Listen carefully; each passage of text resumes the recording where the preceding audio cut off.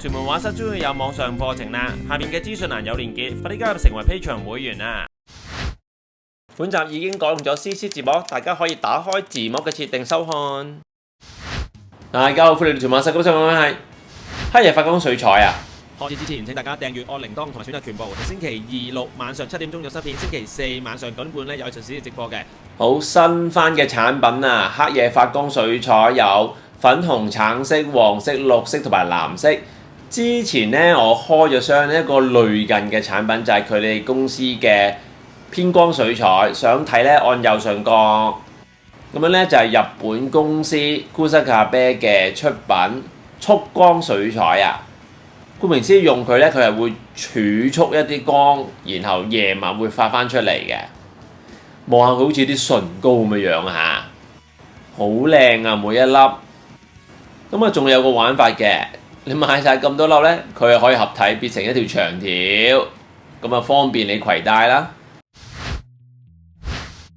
好，濕下你支水彩筆，然後咧就上邊溶解，就係好似普通咧固體水彩咁樣使用嘅。佢嘅顏色咧比較黏啲、漿啲嘅。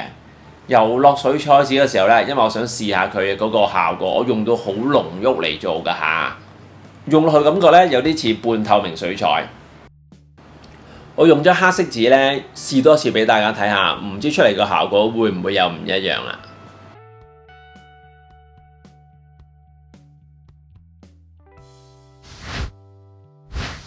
首先咧，我喺黑夜之中揾個紙箱，然後揾個電筒係咁撐佢，等佢儲咗啲光，然後就睇，嘟嘟嘟，哇！